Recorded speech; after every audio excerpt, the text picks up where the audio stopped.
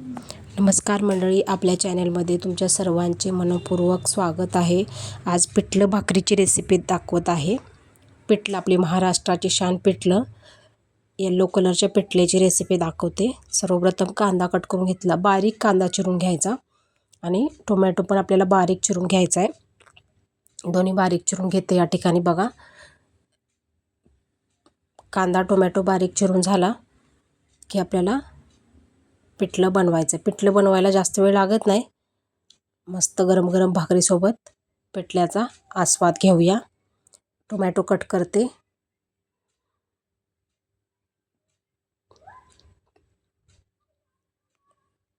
Tomato आणि कांदा cut करून झाला की आपल्याला एक टोमॅटो आणि एक कांदा घेतलेला आहे या ठिकाणी आणि बारीक चिरून घेतलेला आहे। कढई ठेवली तेल गरम करायला। कढई गरम झाली की आपल्याला एक चमचा तेल टाकायचं। एक पळीभर असं तेल टाकलं, त्यामध्ये जिरे आणि मोहरी तडतडू द्यायचे। मोहरी तेलामध्ये फुटली पाहिजे, क्रंचीनेस येतो थोडासा। आणि कढीपत्ता टाकला बघा थोडासा, आणि कांदा टाकला, बारीक चिरलेला कांदा चांगला परतून घ्यायचा आहे कलर चेंज होईपर्यंत। आणि मीठ टाकलं कांदा सॉफ्ट होण्यासाठी, एक चमचा मीठ टाकलं आणि कांदा आपल्याला मिक्स करून घ्यायचा तेलामध्ये, भाजू द्यायचा चांगला कांद्याला। आणि कांदा भाजला की मग आपण कांद्याचा कलर चेंज झाला पाहिजे, थोडासा सॉफ्ट करायचा कांद्याला, कच्चा नाही ठेवायचा, मग असं कचकच लागतं। आणि टोमॅटो टाकला, एक टोमॅटो कट केलेला, आणि सगळ्याला मिक्स करून घेते। कांदा टोमॅटो मिक्स झालं की आपण आता त्याच्यामध्ये त्याला मिक्स करते पुन्हा एकदा, चांगलं सॉफ्ट करून घेते। कांदा टोमॅटो विरघळू द्यायचं तेलामध्ये चांगलं। असं जरासं कच्चं राहिलं ना मग चांगलं नाही वाटत, ते चांगला सॉफ्ट करू द्यायचा। आणि ठेचा करून घेतला होता, ठेचा एक आपल्याला जेवढा हवा आहे तेवढा टाकू शकता। मी थोडासा टाकला आहे, मला तिखट झणझणीत जरा चांगलं लागतं पिठलं म्हणून माझ्या प्रमाणात मी टाकलं आहे। तुम्हाला जेवढा हवा तेवढा तुम्ही टाकू शकता। ठेचा मिक्स करून घ्यायचा तेलामध्ये, चांगला परतायचा ठेचायला पण आपल्याला, आम्ही खरडा बोलतो प्रत्येकजण आपापल्या ह्याने। एक चिमूटभर हळद टाकलेली आहे, थोडीशी पाव चमचा अशी हळद टाकली। आणि पुन्हा कांदा टोमॅटोमध्ये ते आपल्याला चांगली हळद पण परतून घ्यायची आहे। सगळं एकजीव करून घेते। आणि आपण या ठिकाणी आता मी एक वाटी अशी ना बेसन घेतलं आणि त्यामध्ये पाणी टाकून चांगलं मिक्स करून घेते, म्हणजे गुठळ्या होत नाहीत।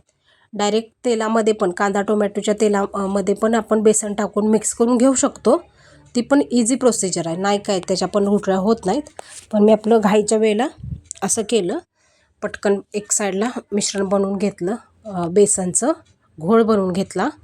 आणि आपण जे कांदा टोमॅटो करून घेतला होता ना, भाजून घेतला होता कांदा टोमॅटो मिरचीचा ठेचा, त्यामध्ये आपल्याला ते आपण बेसनचा जो घोळ बनवला होता तो आपल्याला ह्याच्यामध्ये ॲड करायचा आहे। आणि तुम्हाला हवं तेवढं तुम्ही यामध्ये पाणी टाकू शकता। पातळ बनवायचं असेल तर पातळ बनवू शकता, थोडा थिक घट्ट बनवायचं असेल तर घट्ट बनवू शकता, हवे तेवढी कन्सिस्टन्सी तुम्ही ठेवू शकता। मी थोडंसं पाणी टाकते या ठिकाणी आणि पुन्हा मिक्स करून घेते सर्व काही। पटकन होतो, जास्त वेळ नाही लागत। घाईच्या वेळेला आपलं मस्तपैकी हेल्दी रेसिपी आहे। मस्त गरमागरम भाकरी भातासोबत पिठलं खूप छान लागतं। जगात कितीही काय फास्ट फूड खावं, पण पिठलं भाकरीची चव निराळीच, ती कशालाच नाही येणार। छान कम्फर्ट फूड आहे पिठलं। मिक्स करून घेते, उकळी येऊ द्यायची आणि थोडंसं झाकण मारून आपल्याला याला ठेवू द्यायचं आहे 5 मिनटं, जास्त नाही वेळ लागत, शिजून जातं ते लगेच, बेसन शिजायला वेळ नाही लागत। बघा इथं आपलं बेसन रेडी आहे पिठलं। थोडीशी हिरवीगार कोथिंबीर वरून टाकलेली आहे आणि पुन्हा एकदा मिक्स करून घेते, कोथिंबीर सगळीकडे लागली पाहिजे म्हणून। झालं बघा पिठलं, गरमागरम पिठलं भाकरी आणि बुक्कीने फोडलेला कांदा आणि मिरची, या गरमागरम पिठलं भाकरी खायला। सर्वांचं तुमचं स्वागत आहे बघा, या खाऊया आपण मस्तपैकी।